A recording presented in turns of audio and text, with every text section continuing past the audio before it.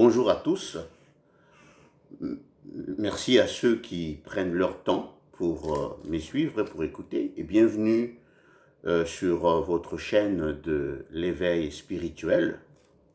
Je suis votre frère Fabrice Oudissa Dissa, Yemwini, pour ceux qui me connaissent.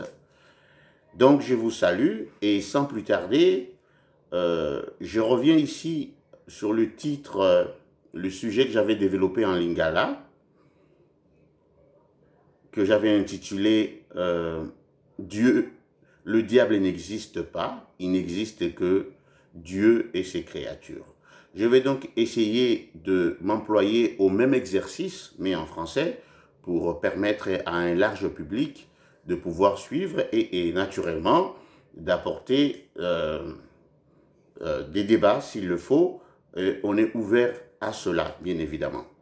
Donc, je vais essayer de démontrer au cours de cet exposé que le diable, en tant qu'entité telle qu'on nous l'a enseigné, n'existe pas et qu'en réalité, dans la réalité absolue, nous n'avons que le Créateur et ses créatures. On peut dire Dieu et les humains, si vous voulez. Naturellement, plus tard, je pourrais démontrer, apporter des nuances. Par exemple, en ce qui concerne le terme Dieu et Nzambé, quelle est la nuance ou la différence qu'on peut apporter à cela? Donc, allons-y vite lire dans la Bible pour voir comment le diable y est présenté. Donc, on va lire dans Matthieu pour voir, si vous voulez, la première caractéristique que la Bible donne au diable. Et ça parle de la tentation de Jésus-Christ. Donc il est dit, alors Jésus fut emmené par l'Esprit dans le désert pour être tenté par le diable. Il jeûna 40 jours et 40 nuits, puis il eut faim. Le tentateur s'approcha et lui dit, « Si tu es fils de Dieu, ordonne que ces pierres deviennent de pain. » Voyez-vous, donc, dans Matthieu, précisément le texte que je viens de lire, le diable est présenté comme étant les tentateurs. On peut voir la même chose également dans 1 Thessaloniciens, chapitre 3, verset 5. Donc, on va les lire vite. Il est dit, c'est pourquoi, n'y tenant plus, j'envoyai Timothée s'informer de votre foi, dans la crainte que le tentateur ne vous ait tenté et que notre travail ne soit réduit à néant. Donc, vous voyez également ici que dans cette lettre, il est fait mention d'une entité qui est appelée les tentateurs. Autrement dit, il semble que à chaque fois que les humains tombent dans ce que nous appelons tentation, ils sont en quelque sorte incités, poussés à cela par le tentateur qui a été identifié dans Matthieu chapitre 4 comme étant le diable. Or, lorsque nous lisons maintenant dans Jacques chapitre 1 verset 13, où vous voyez que le mécanisme de la tentation est expliqué avec un peu plus de clarté, je vais lire, il est dit que personne, lorsqu'il est tenté, ne dise « c'est Dieu qui me tente ». Car Dieu ne peut être tenté par le mal et ne tente lui-même personne, mais que chacun est tenté parce que sa propre convoitise l'attire et le séduit. Puis la convoitise, lorsqu'elle a conçu, enfante le péché, et le péché parvenu à son terme engendre la mort. Donc voilà, je vous disais que ce passage-ci explique un peu plus en détail, et à mon avis, un peu plus fidèlement, la réalité de ce qu'on pourrait qualifier de tentation. Il est dit précisément que personne, lorsqu'il est tenté, ne dise « c'est Dieu qui me tente ».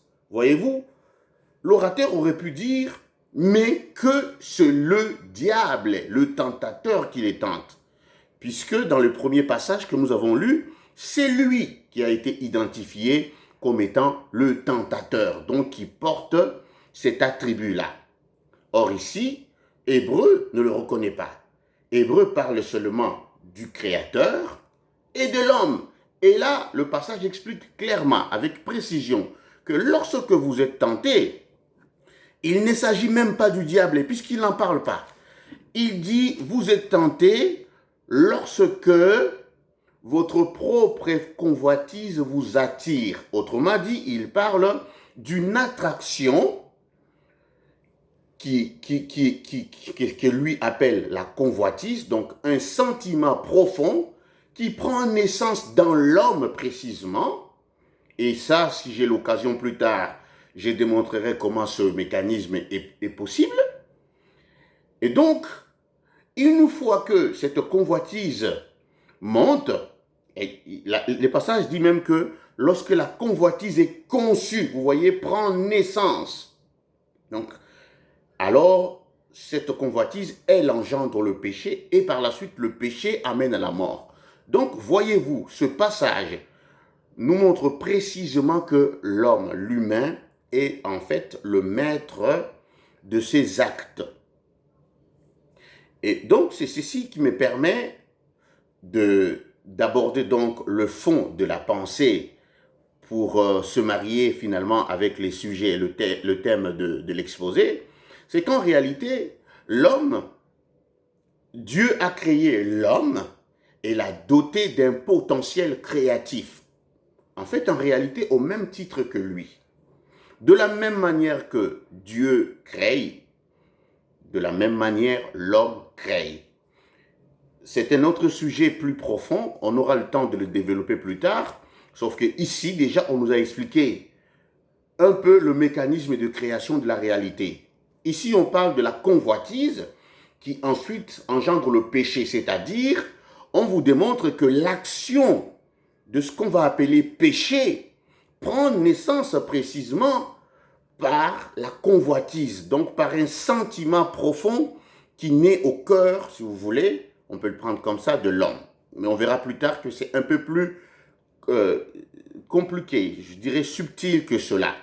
Vous voyez, alors, j'ai essayé dans la version Lingala de donner quelques exemples pour démontrer qu'en fait, en réalité, c'est l'homme qui est maître de sa destinée et non le diable. Voilà. Donc la première chose qu'il faut savoir, c'est que il y a deux types de réalités. Il y a ce qu'on appelle les réalités absolues, c'est-à-dire du domaine du divin, c'est-à-dire du créateur et de l'âme, même de l'âme humaine. Et il y a la réalité relative, c'est-à-dire du monde tridimensionnel dans lequel nous vivons.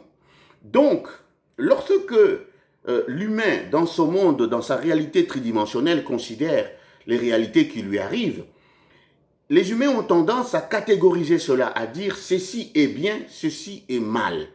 Mais en tant que tel, aucune réalité ne peut porter, si vous voulez, la caractéristique, la teinture du bien ou du mal. Car cela dépend précisément des résultats que la réalité vous donne et aussi de la manière dont vous en usez.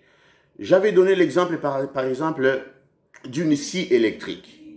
Une scie électrique, entre les mains d'un professionnel ou de quelqu'un qui sait l'utiliser, va faire des miracles avec. Cette personne va pouvoir construire une maison, fabriquer une chaise, une table qui va servir à la population, à la communauté. Alors qu'entre les mains d'une personne qui est profane, qui ne connaît rien, une scie électrique peut lui couper la main, peut le tuer.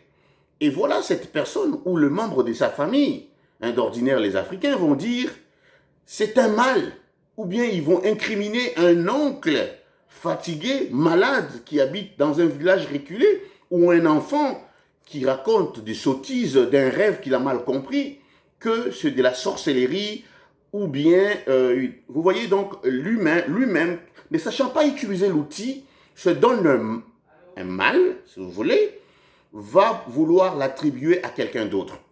J'avais également donné l'exemple, par exemple, d'un camion de transport. Les camions d'ordinaire ont un tonnage limité. Un tonnage, il faut le respecter. Mais souvent, dans le pays, la plupart des pays d'Afrique, par exemple, et dans certains pays d'Asie également, on ne respectera pas ce tonnage.